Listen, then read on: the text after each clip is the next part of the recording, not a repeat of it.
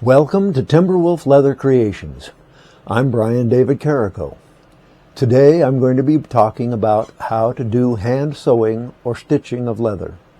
There are some variations in the way people do leather stitching, but the principle is basically the same.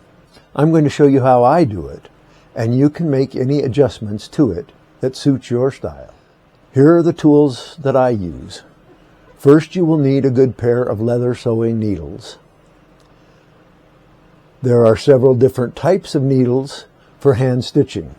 There are glover's needles, harness needles, stitching needles, curved needles, and S-curve needles. Personally, I like the harness needles. They have a blunt point and a small eye, which makes them stronger than the stitching needles, which have a larger eye. The larger eye makes it easier to thread the needle, but in my experience, the larger eye tends to break easy. You will use straight needles for most of your stitching, but there are times when the curved needles come in handy for some projects. Second, you will need thread. There are several types of thread that you can use depending on the project you are doing. Unless I'm doing a special project that requires a certain type of thread, like if I'm doing a historical piece that requires natural cotton or linen thread, I generally use the waxed polyester thread. It comes in white, brown, or black, so that you can match it to the color scheme of your project. You will also need a good sharp awl. This one was made for me by a rancher friend of mine and has an antler handle, but any good awl will work. You will also need a good sharp cutting tool. I use a craft knife or X-Acto knife for all of my work. You will also need an edge beveler to bevel the edges of your project to make them nice and smooth and round. You will also need a good creasing tool. I use this adjustable creasing tool. You use this in order to make a good straight line on the edge of your project in order to do your stitching. You'll need a good mallet. I prefer the rawhide ones, but there are several on the market, wooden ones and rubber ones, whatever you prefer to use. And you will need the stitching chisels for making the stitching holes. I use the 2-tine and the 4-tine. These are the 1/8 inch or 3mm chisels. I also keep a good pair of pliers handy for times when you need a little extra pulling power to get the needle through the leather. Many people like to use a stitching horse similar to this one. There are several different types on the market to hold their project while they're stitching. Personally, I find that it gets in my way, and I'd rather be able to hold the material in my hands and be able to move it around as I need. As you move forward in your venture into leather crafting, you will discover things that work better for you than others. So don't be afraid to try different ways of doing things. The way I do things, I have perfected over 30+ years of trial and error, but it may not work the same for you. So, let's get started. So the first thing we're going to do is take a creasing tool and mark a line along the edge of both pieces of the material that we're going to sew together.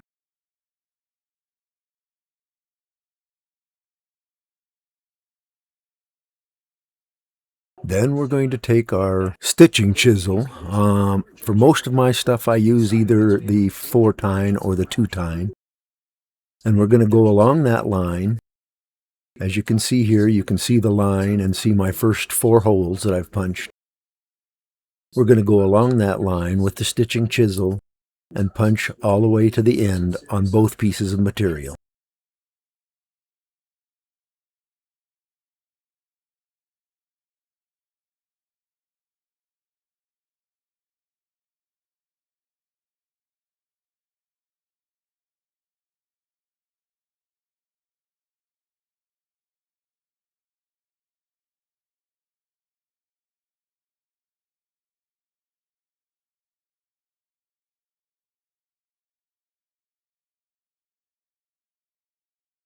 Now I'm checking the second piece to make sure that I line up the two pieces so that the chiseling starts in the proper spot. So all of your holes will line up when you begin to do your stitching.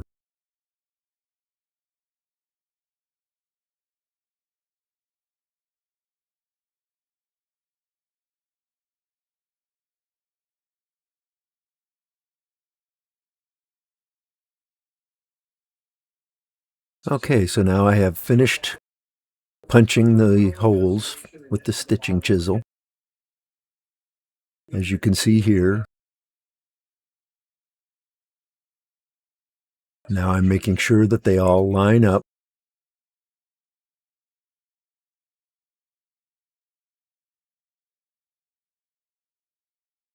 I'm going to be using the black pre-waxed polyester thread for this demonstration. That's what I use on most of my projects. Next, you will measure the length of the area you are going to be stitching. For this, it's about 3 inches and a quarter.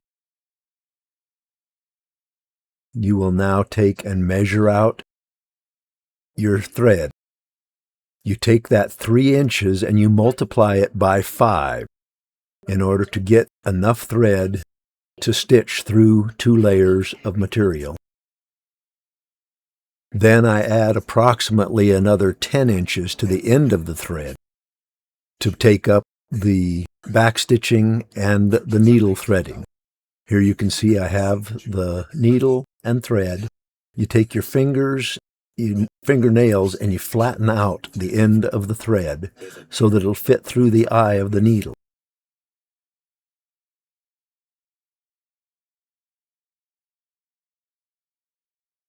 Sometimes you may have to mold the end of the thread a little bit to get it to fit through the eye, but usually they fit through pretty easily.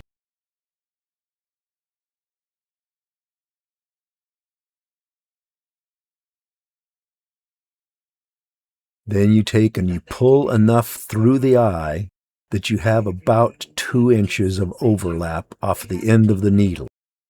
You'll use this in order to puncture through the thread with the needle and make 2 loops to fasten the needle in place.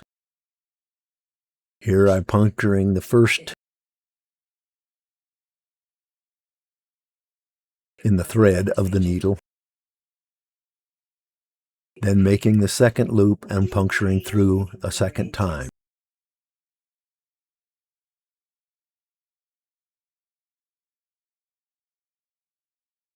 Then you take and pull the end of the thread until it's tight, and then you take and pull the thread itself all the way up until it's tight up against the end of the needle. Next, I'm going to take my awl and run it through each of the holes in order to enlarge them, making it easier to run the needle through when you're doing your stitching.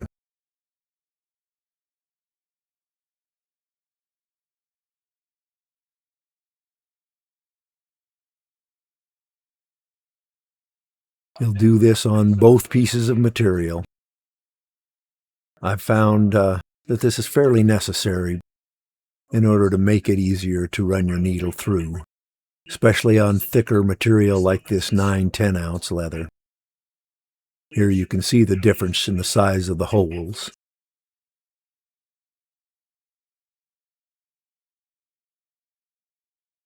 Now you can see that I have punched through each of the holes, and again, just making sure that they line up before I begin my stitching. We're now going to take the needle and thread and begin in the first hole. You run the needle through from one side of the material,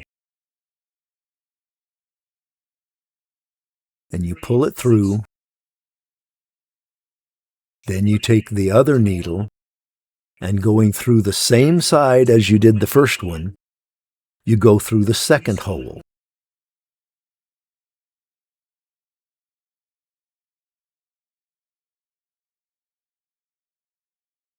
You get it pulled through, and then you match the needles together so that they're even at the end. And then you pull the thread through the material so that it comes out even on both sides. You'll then take the first needle in the first hole, run it through the second hole from the same side as the needles are on. This will then lock your stitches together,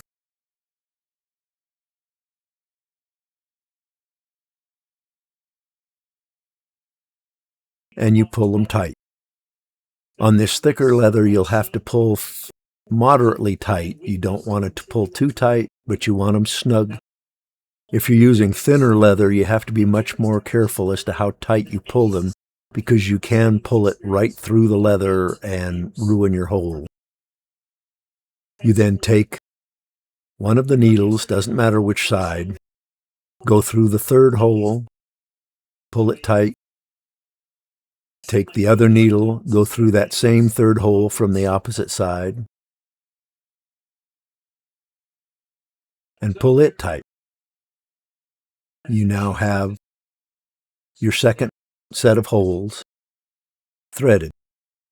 And you will just continue to do this all the way down to the very end of your stitching line until you have it complete.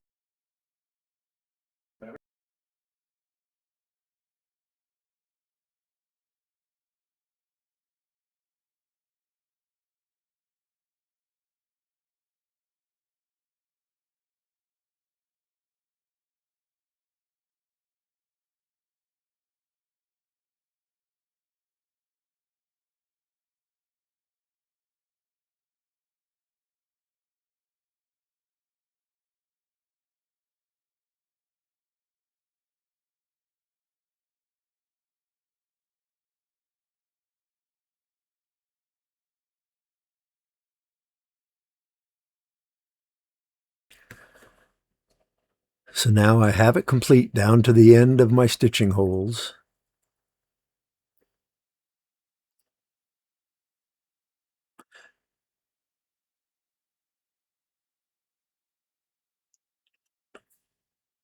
And we're going to now back thread.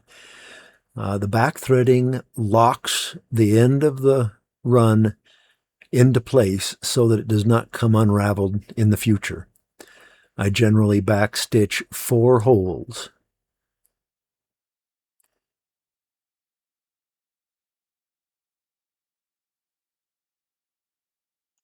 And here's where you may need to use your pair of pliers to help pull through the leather. And there are times when you may even need to use your awl to make the holes bigger in order to get the needle to pull through.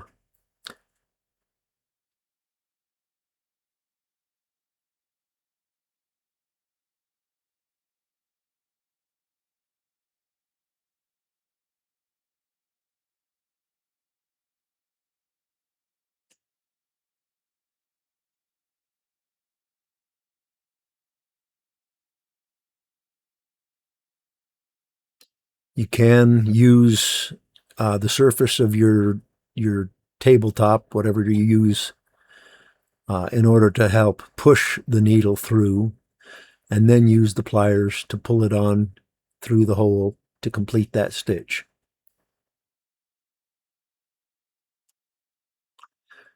Doing the back stitching is very important in order to keep everything from unraveling in the future.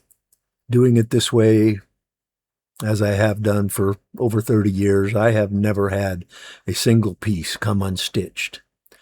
I do on some projects where that final backstitching area is in a stress point of the material, such as in a holster or something like that, where you're pulling something in and out of the holster. I will also add just a touch of super glue to that final stitch in order to hold the end of the thread from coming unraveled.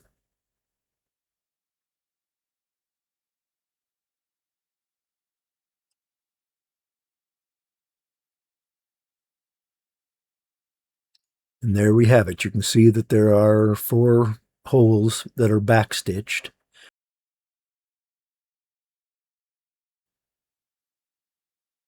You now can take your knife and trim off the rest of the thread and the needle from both sides of the material.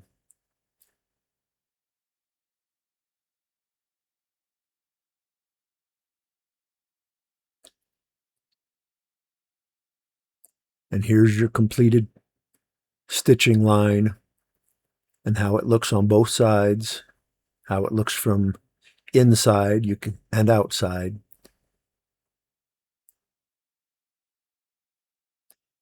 If you have any questions, please let me know.